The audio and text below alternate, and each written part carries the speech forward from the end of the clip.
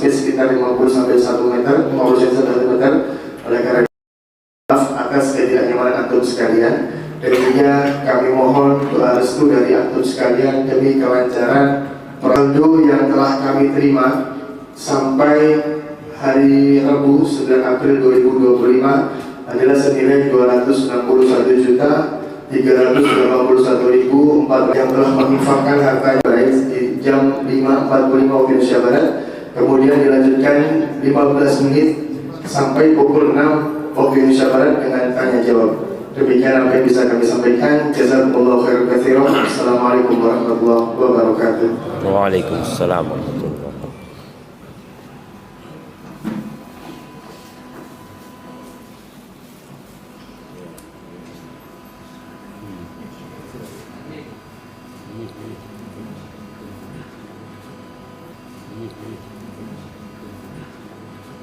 Assalamualaikum warahmatullahi wabarakatuh.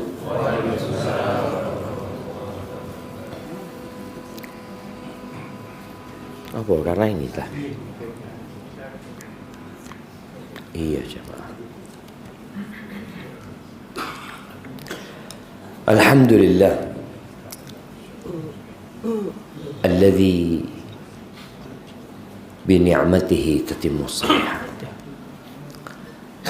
Segala puji bagi Allah Jalla Jalaluh yang karena nikmatnya kebaikan-kebaikan jadi sempurna. Kita bisa sholat subuh berjamaah di saat banyak orang yang tidak bisa bangkit dari tempat tidurnya. Kita bisa melangkahkan kaki ke rumah Allah di saat banyak orang yang sibuk menuju ke tempat paling dibenci oleh Allah, pasar. Di saat kita ramai di sini ada tempat lain yang juga ramai. Maka kita bersyukur kepada Allah atas yang diberikan dan semoga Allah mematikan kita di atas agama. Allahumma salli wa sallim Sayyidina wa maulana wa syafi'ina Muhammad wa ala alihi wa ashabihi ajma'in. Amma ba'd. Di antara nikmat agung yang Allah berikan kepada kita adalah nikmat lisan. Kita bisa ngomong.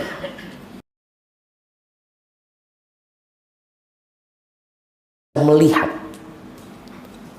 Allah Azza wa Jalla mengatakan alam naj'al lahu 'ainain wa lisanan wa syafatain. Bukankah kami, kata Allah, telah memberikan kepada manusia 2 mata dan kami berikan kepada mereka 1 lisan dan 2 bibir. Bahwa di tubuh kita ada 1 organ yang kalau dia baik semuanya akan jadi baik, kalau dia rusak semuanya jadi rusak. Apa organ itu? Al-qalb, al-qalb, hati kita. Dan di antara yang merusak hati adalah fudulun nazar wa fudulul kalam. Di antara yang merusak hati manusia itu adalah banyak melihat, banyak memandang yang tidak berguna, yang lebih dari kebutuhan. Jadi memandang yang lebih dari kebutuhan itu merusak hati. Kita rasakan ya, kalau kita pegang handphone, kemudian mata kita mulai memandang. Kita memandang sekolah, jadi ini, jadi itu. Nggak ada gunanya. Nggak ada manfaat. Hati yang selamat. Nah, lisan ini, kalau bicara fudul, yang lebih dari kebutuhan. Nggak butuh kita ngomong itu sebenarnya. Tapi kenapa engkau ngomong? Ahibati fillah, Allah ciptakan lisan ini dengan tugas yang banyak sebenarnya. Apa definisi iman? Iman, kita belajar iman itu apa jemaah? Nah, fadhal. Keyakinan. Baik, itu salah satu unsur iman.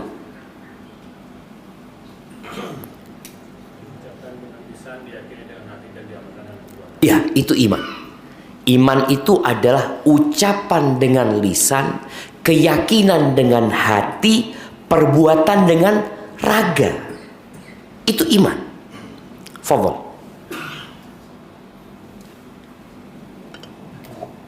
Iki ono sing cilik ya. Ini yang jawabannya satu tadi. Berikan kepada beliau. Nggak totolan kan, nggak boleh jualan di sini. Hadza huwal iman. Jadi kalau bicara iman itu ucapan dengan lisan. Kita tahu fulan ini muslim atau non muslim dari mana?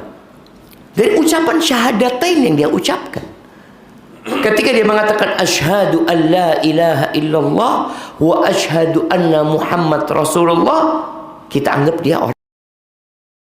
Walaupun hatinya kadang-kala nggak beriman seperti orang munafik. Orang munafik itu lisannya kena aja. Allah Azza wa Jalla di surat Al-Munafiqun mengatakan idza ja'akal munafiquna qalu.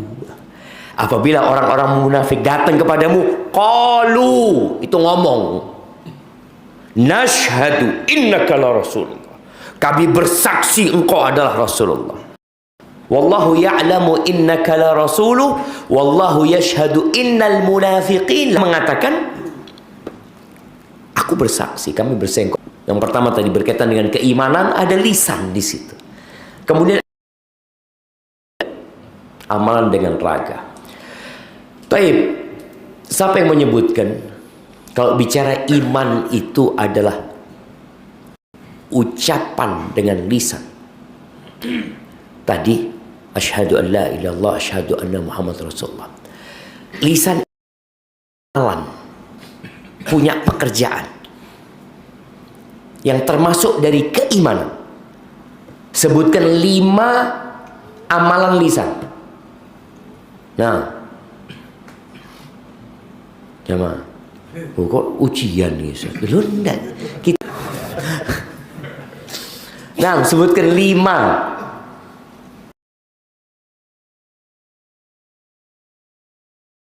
Al-Quran. Berkata yang baik kepada orang tua. Jadi kalau kita bisa, tapi diikutin dengan penghayatan dari hati. Jadi lisannya ngomong, hatinya masih golek sandal. Hatinya masih. Tapi tadi amalan lisan. Kita kadang-kadang habis sholat baca apa? Astagfirullah, astagfirullah. Lisan. Dan zikirnya termasuk amalan paling ringan. Kesel ngomong. Pernah antum capek ngomong, ya Allah kesel aku ngomong. No. Antum lihat orang-orang yang maju. Tadi di antara amalan lisan, amar ma'ruf nahi mungkar ya. Mengajarkan kebaikan. Kerjaan lisan ini banyak, bukan cuma ngobrol dok. Berkata yang baik kepada orang tua ya. Ini salah satu perintah dari Allah Azza wa Jalla. Berkaitan dengan ketika Allah mengatakan wa qadha rabbuka alla ta'budu illa iyyahu wa bil walidaini ihsana. Imma yablughanna 'indakal kibara ahaduhuma aw kilahuma fala taqul lahuma uff wala tanharhuma, jangan menghardik, angkat suara atas orang tua, jangan. Terus wa qul lahuma qaulan karima, dan katakan, ngomong lagi, katakan buat keduanya qaulan karima, ucapan yang penuh pemuliaan. Jadi kata-katanya baik, intonasinya menghormati. Karena ada anak ngomong sama orang tuanya baik, tapi intonasinya nggak enak. Nah, Umi beli no sate lah nak. Ya, iya dia taat nurut, tapi intonasinya tidak enak no di orang tua. Maka tolong kita perhatikan lisan kita. Kemudian yang berdagang ini perlu kejujuran dengan lisannya. Kadang-kala dia jual barang, ya apa barangnya api? Loh, delok dhewe ente. Delok barangnya. Padahal tahu barangnya tidak api. Cuma dia daripada haratan Ustaz, asal suruh lihat dia sendiri. Padahal kok bisa jelaskan enggak? Barangnya ini ada cacatnya. Makanya jual harga sekian. Kalau nggak ada cacatnya harganya sekian. Itu lisan, amalan lisan. Kemudian di antara amalan lisan ini bersyukur kepada Allah Subhanahu wa taala. Ketika antum selesai makan, nyatakan alhamdulillah allazi at'amani wa saqani wa ja'alani minal muslimin. Ini termasuk amalan lisan. Ahibati fillah, semua yang diucapkan manusia itu dicatat. Antum ngomong apa saja. Di surat Qaf ayat 18 Allah mengatakan ma yalfidhu min qaulin illa ladaihi raqibun atid. Kata Allah, tidak ada satu lafaz yang diucapkan qaul, omongan manusia, melainkan di situ ada malaikat yang mengawasi dan mempersiapkan, dicatat. Masa semua omongan Ustaz? Ada dua pendapat para ulama. Ada yang mengatakan bahwasanya yang dicatat itu adalah ucapan yang berpahala atau berdosa. Ucapan yang berpahala atau berdosa. Tapi pendapat yang kedua, pendapat Hasan Basri dan para ulama lainnya, dan itu lebih sahih, yang dicatat semuanya. Semuanya. Kenapa? Supaya orang ketika hari kiamat ngelihat catatannya, lu ana mah jelas diampel itu 2 jam mayan fa. Ini omongannya. Memang tidak dosa, tapi mayan fa. Cerita kono, cerita ini. Tahu dia baca Quran 2 jam, dapat berapa juz ya? Berapa juz? Ada yang ngomong 2. Ada yang ngomong 3, ada yang ngomong 2,5. Ya, tergantung orangnya yang baca. Ada yang dapat setengah juz. Kenapa? Setiap baca delok HP dulu, baca delok HP lagi. 2 jam oleh nih setengah juz. Ada pula oleh 2 juz, ada setengah juz. Karena dia masih ada penggoda dia. Ana ngomong sama waladi ketika Ramadan, karena dia ngaji terus. Ana ngomong, Syuf, Yusuf, ana ngomong, Imam Syafi'i itu hatam Quran di bulan Ramadan 60 kali. 60 kali. 2 kali jamaah. Kita jamaah hatam. Terus baca itu, Allahu Akbar. Kayaknya tidak mungkin. Orang kalau sudah hafal Quran, bacanya itu lebih cepat daripada orang yang belum hafal. Membaca semakin dia lancar bacaannya. Kalau kita kan enggak. Makanya tadi ketika bicara omongan dicatat, kalau orang dulu mungkin dia akan merasa bingung, ya apa nyatet tema. Kok iso?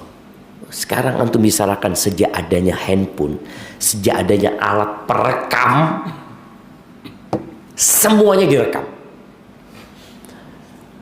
Dan Allah Azza wa Jalla ala kulli syai'in qadir. Kalau manusia aja bisa dikasih kekuatan sama Allah, bisa bikin alat perekam. Jadi kalau antum ngomong 2 jam, semuanya direkam sampai apa aja bisa. Sampai orang kalau yang bikin video itu akan menghilangkan suara-suara itu. Dihilangkan tuh. Dimontaj itu. Akan dicatat. Semuanya. Dan Rasul sallallahu alaihi Jabal. Mu'ad pernah datang kepada Nabi SAW bertanya, "Ya Rasulullah, dullani ala yudkhilunil jannah wa yuba'iduni anna." Tuh sahabat radhiyallahu anhu kalau minta amal yang benar-benar sangat tinggi nilainya. Kita kadang-kadang datang, Ustaz, ana minta amalan Ustaz supaya cetek jodohnya itu, Ustaz. Ada yang amalan supaya cepat punya anak, Ustaz. Ana minta amalan supaya lancar sukuni, Ustaz. Amalan-amalan yang rata-rata urusan dengan dunia. Mu'ad mengatakan, "Ya Rasulullah, tunjukkan kepada aku amalan yang memasukkan aku ke surga dan menjauhkan aku dari api neraka." Apa kata Nabi SAW? "Laqad sa'alta an azim." Engkau telah bertanya sebuah pertanyaan yang besar, yang agung sekali, yang berat. Wa innahu la yasirun ala man yassarallahu alaihi. Tapi itu akan jadi mudah sebenarnya buat orang yang Allah memudahkan bagi orang itu. Intinya pertolongan Allah SWT. Kemudian Nabi SAW menjelaskan tentang rukun Islam. Yang perlu kalau engkau mau masuk surga ya rukun Islam. Setelah itu dikasih amalan lagi yang sunnah-sunnah. Setelah itu ada penjelasan tentang beberapa amalan dalam agama ini. Terakhir Nabi SAW mengatakan kepada Mu'ad bin Jabal, "Afala adulluka ala milaki dzalika kulli." Engkau mau nggak aku kasih amalan yang mengumpulkan semuanya yang tadi udah dijelasin itu. Artinya insya Allah selamat masuk surga. Yuk, Rasulullah kata dia. Beliau alaihissalatu wassalam mengeluarkan lisannya, memegang lisannya. Beliau mengatakan, "Kuffa alaika hadza." Jaga lisan. Tahan. Untuk ngomong itu nahan, disuruh nahan diri. Karena orang itu kalau ngomong enak aja. Orang kalau cerita, raksya, ya, ini itu, bergurau, sana sini enak. Kata Nabi SAW, "Kuffa alaika." Tahan lisanmu. Heran buat jemaah. Lalu dia mengatakan, "Ya Rasulullah, alaika salatu wassalam ya Rasulullah. Wa inna la mu'akhaduna bima natakallamu bihi." Apakah kita akan dihukum gara-gara omongan kita? Dan kadang-kadang orang berpikir, doanya cuma soft Ustaz. Enggak tenanan Ustaz. Anak kan enggak mukul Ustaz, cuma ngomong. Kadang-kadang seperti itu. Apa kata Nabi SAW? "Sakilatka ummuka ya Mu'ad." Ini kalau arti secara bahasa, ibumu kehilangan engkau. Maksudnya teguran keras buat Mu'ad tentang masalah omongan ini. Kok Mu'ad nggak sampai sana gitu loh ilmunya itu.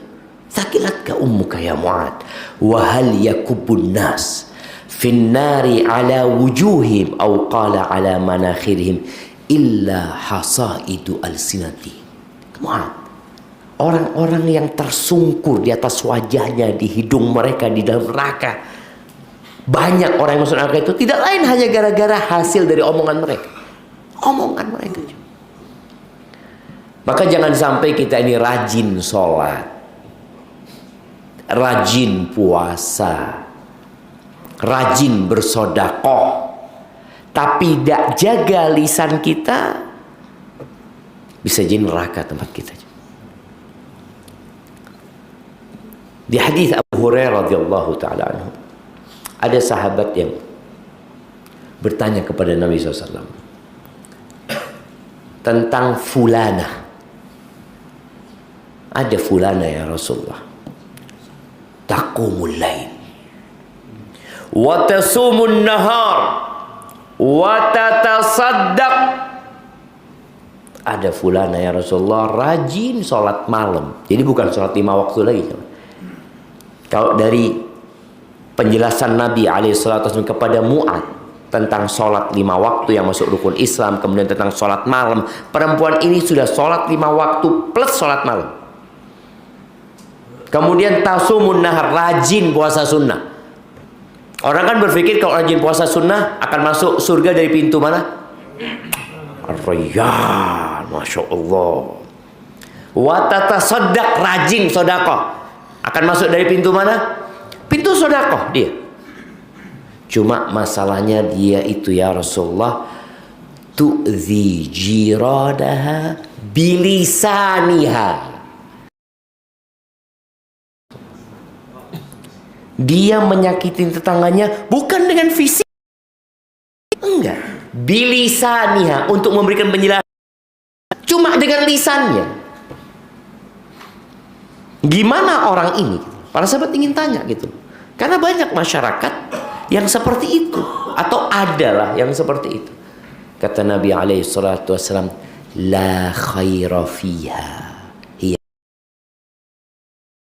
itu perempuan neraka tempatnya. Karena memang Nabi SAW menjelaskan kepada Mu'ad, yang dapat menyelamatkan engkau itu jaga lisanmu gitu. Gunakan lisanmu untuk ibadah-ibadah yang tadi dibahas, tapi dijaga jangan sampai menyakitin orang gitu. Alhamdulillah, Nabi SAW ketika menyebutkan muslim, orang Islam ya tentunya yang menjalankan rukun Islam. Tapi bagaimana muslim itu masyarakat? Kata Nabi SAW, al-muslimu man salimal muslimuna min lisanihi wa yadihi. Muslim itu adalah orang yang menjaga lisannya, yang orang lain selamat dari gangguan lisannya dan tangannya. Dia tidak membuli orang lain, tidak secara verbal, tidak secara fisik. Kita ini sekarang hidup di zaman bullying ya. Sebenarnya bullying itu bermula dari rumah. Jadi kalau kita punya anak nanti suka membuli orang, boleh jadi kita sumbernya yang menyebabkan dia tumbuh kembang seperti itu. Karena kita suka membuli dia, kita suka merendahkan dia ya. Maka tolong orang tua ini kalau ngomong sama anaknya yang positif ya. Harus merendahkan dia di depan saudara-saudaranya kadang-kala. Enggak usah soft talk gitu loh. Oh ini pancen tidak iso ngaji. Kadang-kala seperti itu coba. Orang mengatakan gitu. Aduh ini tidak bisa baca sampai sekarang ini. Padahal kita mungkin harapannya dengan omong untuk belajar lebih semangat lagi. Enggak. Dia menyimpan sesuatu, dia nanti akan melakukan itu kepada. Maka tolong para orang tua jaga lisannya. Suami istri, siapa yang istrinya tidak pernah berbuat salah? Abe biasanya. Nah, adalah perempuan itu melakukan kesalahan. Tapi ketika Nabi SAW ditanya tentang hak para wanita, para istri, di antara yang beliau katakan adalah wala tadribil wajha wala tuqabbih. Jangan mukul wajah. Karena dalam agama kita ada mendidik dengan memukul. Tapi kata Nabi SAW, jangan memukul wajah. Yang kedua, jangan menjelek-jelekkan istrimu. Wala tuqabbih. Kita ini kadang-kala apa ya, merendahkan istri. Oh, anti ini ndak iso masak. ndak iso dandan, isone opo? Itu termasuk istri jamaah. Nabi SAW nyuruh kita melihat kepada kelebihannya, bukan kekurangannya. Jadi orang yang lebih itu akan melihat kelebihan orang lain. Jadi orang baik itu melihat kepada kelebihan orang lain. Tapi orang yang buruk, demi menutupi keburukannya, dia akan menampakkan keburukan orang. Karena dia bermasalah, dia ini kurang. Maka demi untuk menutupi kekurangannya, dia akan berusaha mengeluarkan kekurangan orang lain. Maka tolong engkau bercermin, jangan suka jelek-jelekan istrimu, anakmu, jangan suka dibanding-bandingkan. Loh, itu loh fulan ndak nangis. Loh, aku bukan fulan. Jadi ketika antum sudah mulai lisannya membanding-bandingkan anak, sakit hati anak itu. Antum mau dibandingkan sama suaminya Tonggo. Bang, abang tahu bang, suami Tonggo itu bang, Allah bang, khairi bang, ditukuk no zahab apa. Kira-kira gimana perasaan antum? Ada seorang perempuan ngomong sama suaminya, bang, kau tahu bang, fulana yang meninggal itu. Iya kata dia. Subhanallah bang, sama suaminya dibangun masjid wakaf atas nama dia bang. Apa kata rijalnya ini? Ana itu sudah menyiapkan juga tanah, cuma ente tidak mati-mati. Ana juga mau bangunkan masjid gitu.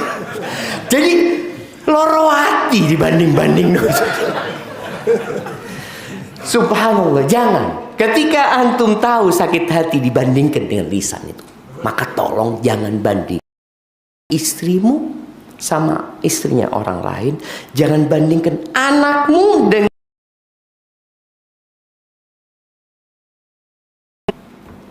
Ada seorang ayah ini, anaknya pulang dari sekolah, selesai ujian, dia dapat rapot. Alhamdulillah, nilainya ya A, nilainya 96 atau apa, A plus saja. Masya Allah fikuna, dicium sama. Terus bapaknya ngeliat, ternyata anaknya juara 3. Loh, kok juara 3 kok nak? Kok bukan juara 1 kok? Mulai dia membandingkan. Jadi kebanggaan orang tuanya hilang, kesenangan anak ini hilang. Maka ketika anak itu juara 3, juara 7, Masya Allah nak, barakallahu fiik, semangat nak ya, mudah-mudahan kau bisa lebih baik lagi nak, bapak senang sama kau nak. Jangan dibandingkan dengan anaknya fulan. Siapa yang juara 1? Fulan. Loh, kok nggak bisa kayak fulan? Jangan. Kesian anak itu jamaah. Engkau sudah merusak kegembiraan dia, dan engkau pun jadi nggak gembira. Tapi ketika memandang bahwasanya anaknya Masya Allah mau juara berapapun, ya Allah jamaah. Ada satu orang, Ana baru dengar cerita, ada satu orang, dia katakan kuliah anak ini di salah satu lembaga di Jakarta. Dia itu kuliah di dakwah, dia itu juara terakhir, sampai bingung sekolahannya ini mau dikirim kemana anak ini, mau dikirim kemana, karena dilihat secara kemampuan, aduh ya, kalah sama yang muridnya kalau nggak salah 30 atau berapa, dia pokoknya nomor 30 nomor terakhir. Akhirnya sama gurunya sebelum dikirim ke Papua untuk berdakwah. Gurunya ngomong, nah engkau jangan tinggalkan zikir pagi dan petang, nak. Berangkat terus, berangkat. Orang yang berdakwah Papua itu sama kepala-kepala suku itu mesti dikirimi sihir, dicoba sama dia terus, dan subhanallah jaga orangnya, Allah jaga. Hanya kepala-kepala suku itu datang ke orang ini, tanya, apa amalan kamu? Kok nggak tembus sihirnya? Ya kalau kamu mau ya silahkan masuk Islam dulu. Masuk Islam, artinya orang yang paling rendah secara akademik ya, mungkin hafalan dia rendah, ternyata Allah kasih barokah di tempat lainnya gitu. Jadi kita jangan pernah membandingkan anak kita sama anak siapapun. Dan anak kita, kakak beradik, jangan dibandingkan adik sama kakaknya. Semua punya kelebihan masing-masing. Maka tolong lisan kita dijaga. Al-muslim man salimal muslimuna min lisanihi wa yadihi. Itu orang Islam. Yang orang lain selamat dari omongan dia, gangguan dengan lisannya atau gangguan dengan fisiknya. Dan Nabi SAW bersabda, "Man kana yu'minu billahi wal yawmil akhir falyaqul khairan aw liyasmut." Barang siapa yang beriman kepada Allah dan hari akhir, maka hendaklah dia berkata yang baik atau diam. Para ulama ya membagi omongan itu jadi 4. Ini hadisnya menyebutkan barang siapa beriman. Yang tidak beriman, fadl, ngomong terserah kamu. Tapi yang beriman dengan Allah dan hari akhir. Kenapa jemaah? Ini pertanyaan lagi.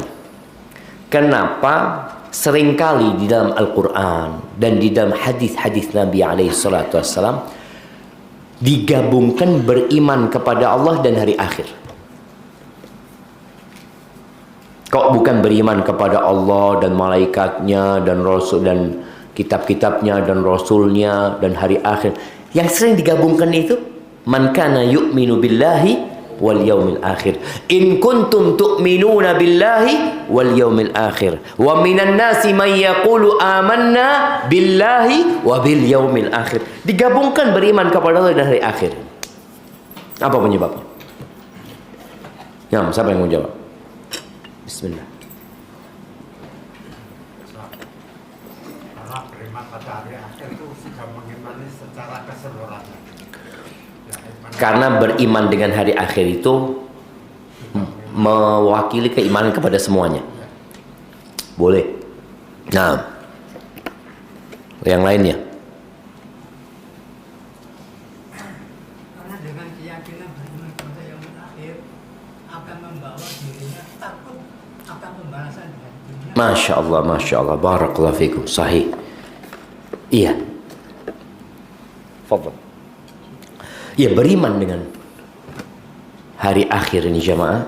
Tadi dia juga mencakup keimanan dengan yang lainnya, dengan banyak hal sebenarnya. Tapi tadi yang disebutkan beriman dengan hari akhir itu menjadi motor penggerak kita beramal. Sekarang kenapa kita datang sholat subuh coba? Dapat apa tuh? Dapat roti Maryam keluar nanti. Kasih roti Maryam, kasih gulai, fadl. Akhirnya datang kajian.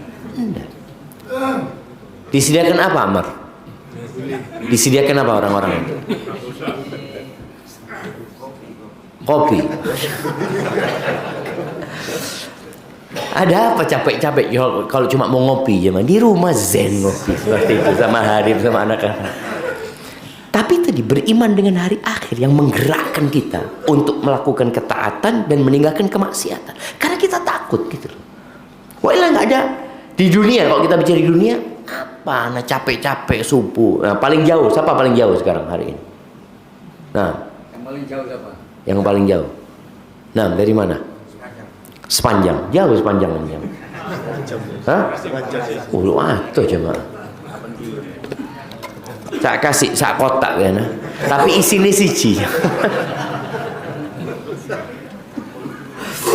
Nah, kasihkan dari sepanjang tuh. Setengah jam datang jemaah. Dengar pengajian. Kadang kala ya Allah ngantuk kadang kala. Tapi tetap berusaha karena beriman. Perjalanan dia dicatat sama Allah. Duduknya di majelis ilmu ini dia beriman bahwasanya ada malaikat-malaikat yang turun, ada sakinah ya, ada rahmat Allah Subhanahu wa taala. Dia beriman akan mendapatkan balasan dari apa yang dia kerjakan. Orang yang menghafal Quran. Ada orang tua menghafal Quran padahal dia nggak mau jadi ustadz. Sebagian kita kan berpikir hafal Quran untuk jadi ustadz. Enggak, kan anak tuh ustadz. Ada orang umur 60 tahun menghafalkan Quran. Dan alhamdulillah umur 63 dia hafal Quran. Emak-emak ini jemaah hafal Quran. Bukan karena dia mau jadi pengajar, Karena dia beriman. Ini loh, nanti anak tahu Ustadz, katanya di akhirat nanti ketika orang masuk surga, derajat di surga itu seperti jumlah ayat Quran. Orang itu akan dikatakan nanti, yang hafal Qurannya, katakan iqra warattil warqa. Iqra warqa warattil kama kunta turattil fid dunya fa inna manzilataka 'inda akhir ayatin taqra'uha. Bacalah engkau, naik kedudukanmu, tartilkan bacaanmu.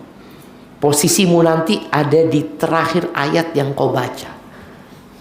Ketika orang tahu dengan hadis ini dan dia beriman, dia akan baca Quran. Ini amalan lisan tadi, baca Quran. Dia akan baca, dia akan hafalkan Al-Quran. Walaupun dia nggak mau jadi ustaz, dia bukan mau jadi imam. Kan ada orang karena mau jadi imam akhirnya syaratnya harus hafal Quran 15 juz. Ngafal no. Apa? Tidak jadi imam. Karena itu aja. Tapi orang yang beriman dengan hari akhir, dia akan terus beramal tanpa ada urusan dunia yang dia dapatkan. Maka tadi, kenapa seringkali Nabi SAW menggabungkan antara beriman kepada Allah dan hari akhir? Karena hari akhir itu menjadi hari yang ditunggu sama kita. Menjadi masa. Di dunia kita tahu orang kenapa suka dengan, kenapa ya, bukan gajinya, pensiunnya. Dia itu beriman dengan pensiun. Tidak ada pensiun. Insya Allah sejak tahun 2026 tidak. Ngeluh apa jangan? Karena dia awalnya bekerja untuk mendapatkan pensiun tadi. Berapa usaha? Padahal kalau kita tahu ya, yang kaya-kaya itu pengusaha. Tapi karena ada resiko pengusaha situ. Tapi ala kulli hal tadi, bicara beriman dengan hari akhir, tapi ketika orang berbicara tentang pensiun, dia semangat. Ada masa depan. Padahal kita tahu dunia tidak punya masa depan. Mana masa depan dunia? Masjid ini, musola ini punya masa depan? Tidak ada. Musola ini akan dihancurkan. Dan semua rumah yang ada di Ampel ini akan rata sama tanah. Di Ampel sini. Terus tinggal Jakarta, Ustaz. Podo ae. Antum mau pindah ke Jakarta, pindah ke Ustaz. Podo. Nggak ada masa depan. Jember. Apa meneng Jember? Baik. Maka tadi atau dia diam. Para ulama membagi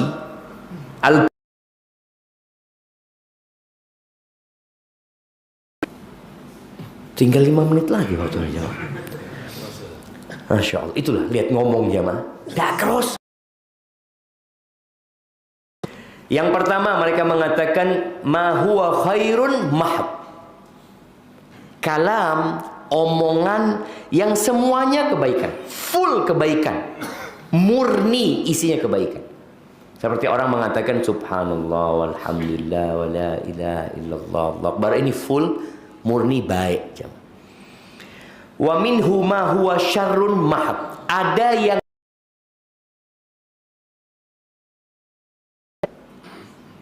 isinya keburukan. Wa minhu ma huwa fihi khairun wa fihi syarr. Ada omongan yang campur, ada baiknya, ada buruknya. Dan ada omongan laisa fihi khairun wala syarr. Ada omongan yang enggak baik, dikatakan baik enggak, dikatakan buruk enggak, ya wis ngobrol-ngobrol biasa gitu kan. Taib. Dari 4 ucapannya. Yang pertama aja kan. Kalau campur baik sama buruk, itu kalau tidak baik dengan yang buruk, itu harus diomong no. Lek mat jelas ngomong apa? Yang baik-baik. Kalau bisa yang baik saja, isinya baik saja, kadang-kadang nggak selamat dari riya, dari ujub. Ini yang benar-benar baik, belum tentu selamat dari ujub. Maka kita harus benar. Ahibati fillah, ada sebuah asar dari Umar bin Khattab radhiyallahu anhu ya.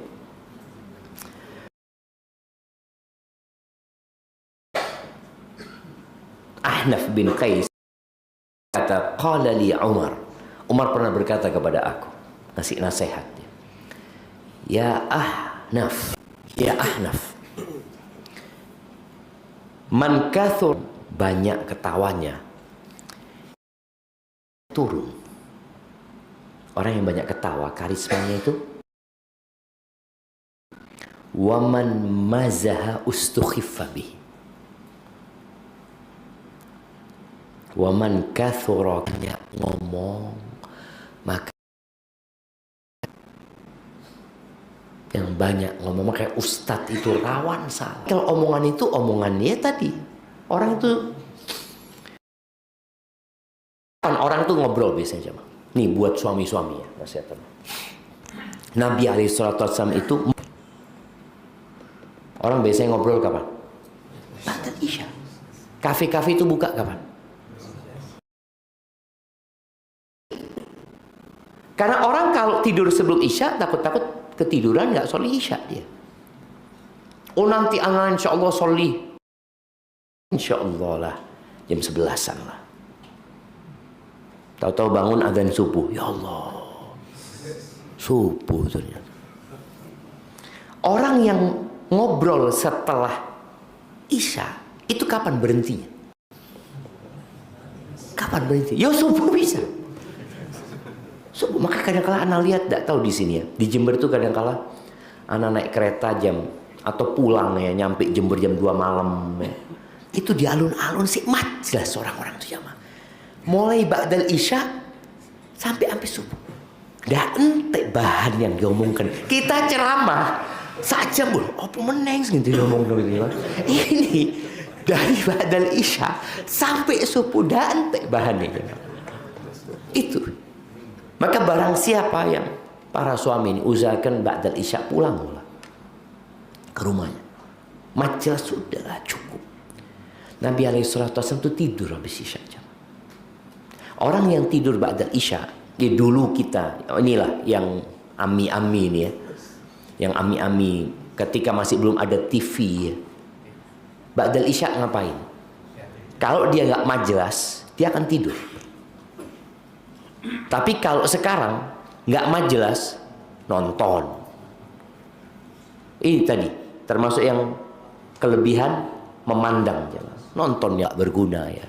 Orang kalau dulu sebelum ada remote, anak ingat sebelum ada remote TV itu ya. Kalau suruh ganti itu suruh jalan. Aduh, kok ada api, berdiri lagi. Sekarang nggak ono, lungguh wis. Pegang remote sampai stroke. Karena dia tidak gerak sama sekali. Maaf Bas, duduk tidak ada gerak maju mundur jemaah. Maka usahakan yang di rumahnya suka nonton itu tidak pakai remote. Jadi berdiri mencet. Sampai kesel tidak tenis.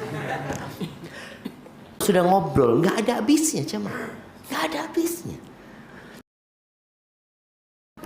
Cuma kan kita belum ada yang menyalahkan kita. Karena kita ngobrol, emak-emak ini juga biasanya. Kita berdua. Ngobrolin fulan. Riba mungkin ya. Nggak kelihatan salahnya. Tapi terus dicatat di malaikat. Terus dicatat. 2 jam untuk ngobrol, kira-kira berapa salahnya? Oh enggak Ustaz, anak isinya dari tadi ngobrol sama fulan. Qala Allah, qala Rasul. Ini qala Allah, qala Rasul. Wa man kathura saqatuhu qalla haya'uhu. Akhirnya orang kalau banyak salah, rasa malunya itu berkurang. Akhirnya ngomongin enggak. Ya, lupa dia dengan posisi dia. Malunya hilang. Barang siapa yang rasa malunya berkurang, maka waroknya akan berkurang. Warok itu akan berkurang. Karena dia tadi banyak ngomong tadi. Akhirnya dia banyak melakukan hal-hal yang nggak berguna. Lah buat dunia, buat dunianya nggak ada manfaatnya. Cuma kesenangan hatinya ya. Kita tuh ngobrolin orang jamaah, seneng jamaah, enak, ada lazah ya, ada kelezatan. Maka sampai dikatakan Allah demi untuk membencikan manusia kepada ngomongin orang ini, katakan makan bangkainya orang, makan bangkai saudaramu sendiri. Ya apa? Gak suka kok sebenarnya. Cuma tadi rasa malunya sudah hilang ya. Kemudian wara'uhu mata qalbuhu. Waroknya kurang, hatinya mati. Sudah, dia berbuat hanya untuk menurutin hawa nafsunya. Barakallahu fiik. Setelah jam terakhir ada nasihat dari Uqbah bin Am, bukan dari Uqbah, dari Nabi Muhammad SAW ya. Uqbah ini pernah datang kepada Nabi SAW. Dia mengatakan, ya Rasulullah, man najah. Ya Rasul, kasih tahu aku kunci keselamatan, tips-tips supaya selamat. Ini 1446 tahun yang lalu kira-kira. Kata Nabi SAW, amsik alaika lisanak. Jagalah lisan, tahan lisan. Yang kedua, wal yasa'ka baituka. Cukuplah dengan rumahmu. Cukup dengan rumah. Ojo urusi rumah tangga orang sudah.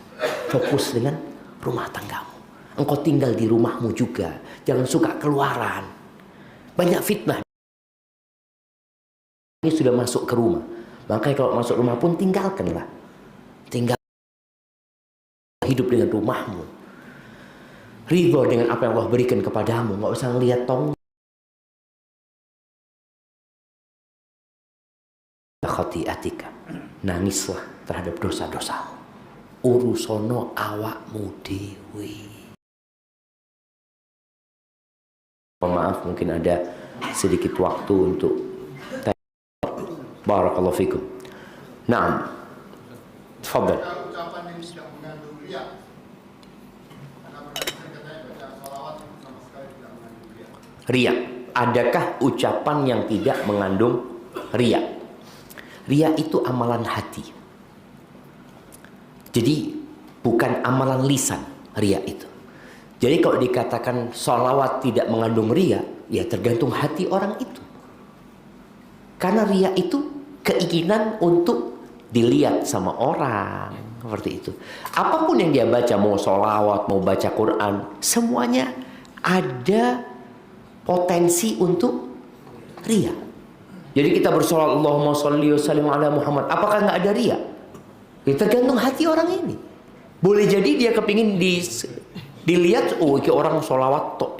Enggak, tetap semua amalan itu berpotensi riya. Karena riya itu amalan hati gitu. Dia ingin dilihat. Barakallahu fikum. Nah, ghibah. Nah,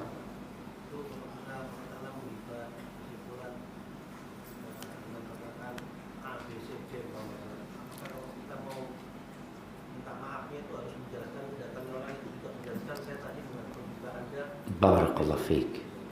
Siap. Artinya bagaimana cara menebus dosa ghibah ya.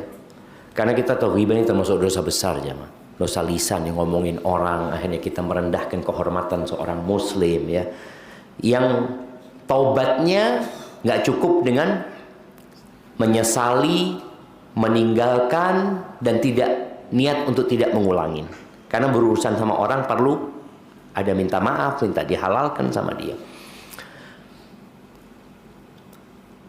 Bagaimana cara kita minta maaf sama fulan? Kalau fulan tahu kita ghibahin, kita datang dan kita sebutkan. Karena kadang-kala ada yang mindah omongan. Kita awalnya ngomong sama fulan, terus dipindah. Akhirnya fulan jadi tahu kita ghibahin fulan. Maka datang minta maaf, ana ghibahin antum. Apakah perlu disebutkan? Nggak harus. Tapi ana ghibahin antum. Karena dia tahu sudah kita ghibahin dia, maka kita minta maaf sama dia. Nggak perlu nyebutkan tentang ini, nggak perlu. Karena hanya akan menambah sakit hati dia. Kalau dia nggak tahu, jangan sebutkan. Datang aja minta maaf. Ana minta maaf ya, kayaknya ana punya banyak salah sama antum ya. Barakallahu fiik.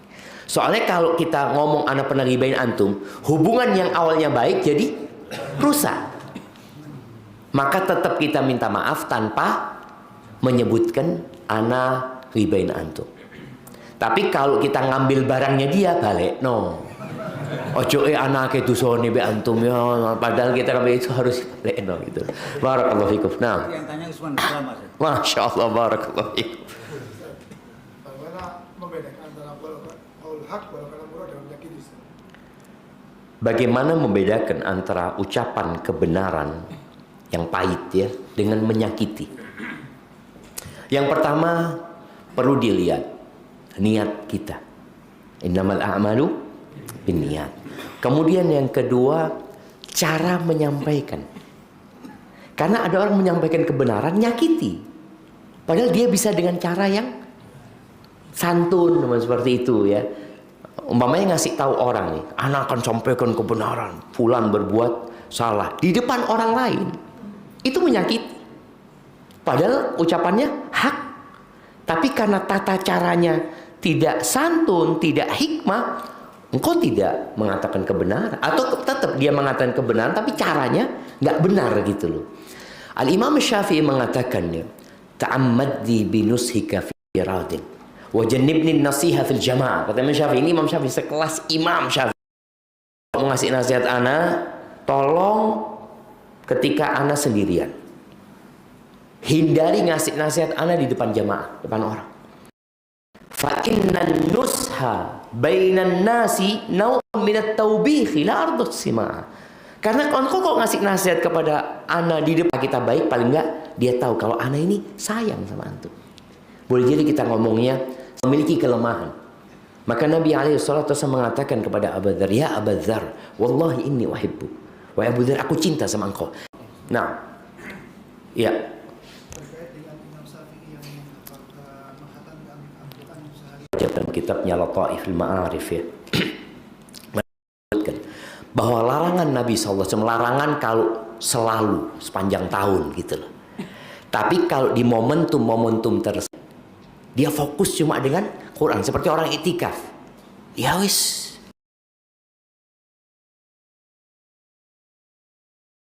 Nah. Apa tadi membahas tentang masalah membandingkan. Iya. Apakah termasuk membandingkan? Iya, jadi bahasa membandingkan itu tergantung bagaimana kita menyampaikannya. Kita cerita tentang para sahabat Nabi, cerita para nabi seperti itu. Cerita itu. Di situ ada pelajaran, bukan membandingkan. Bahasanya itu bukan membandingkan, karena nggak mungkin dibandingkan sama Nabi Muhammad SAW, dibandingkan sama Abu Bakar.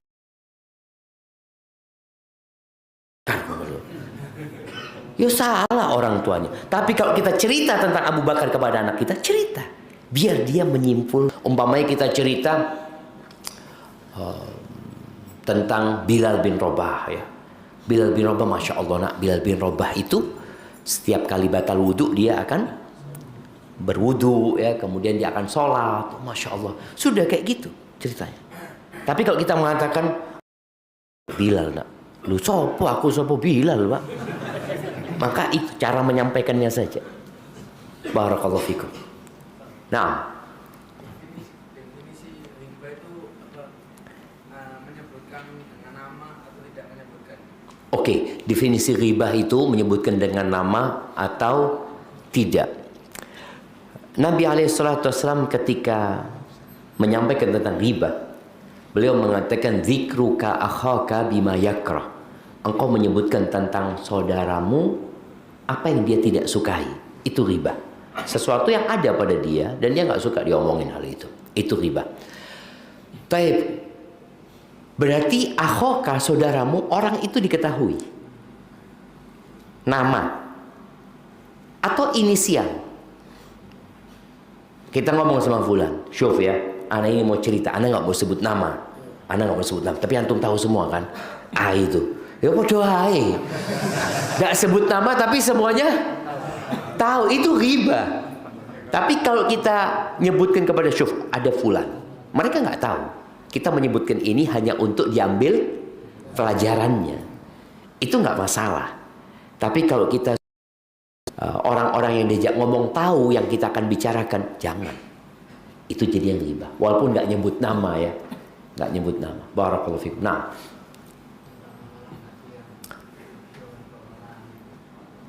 tentang amalan hati,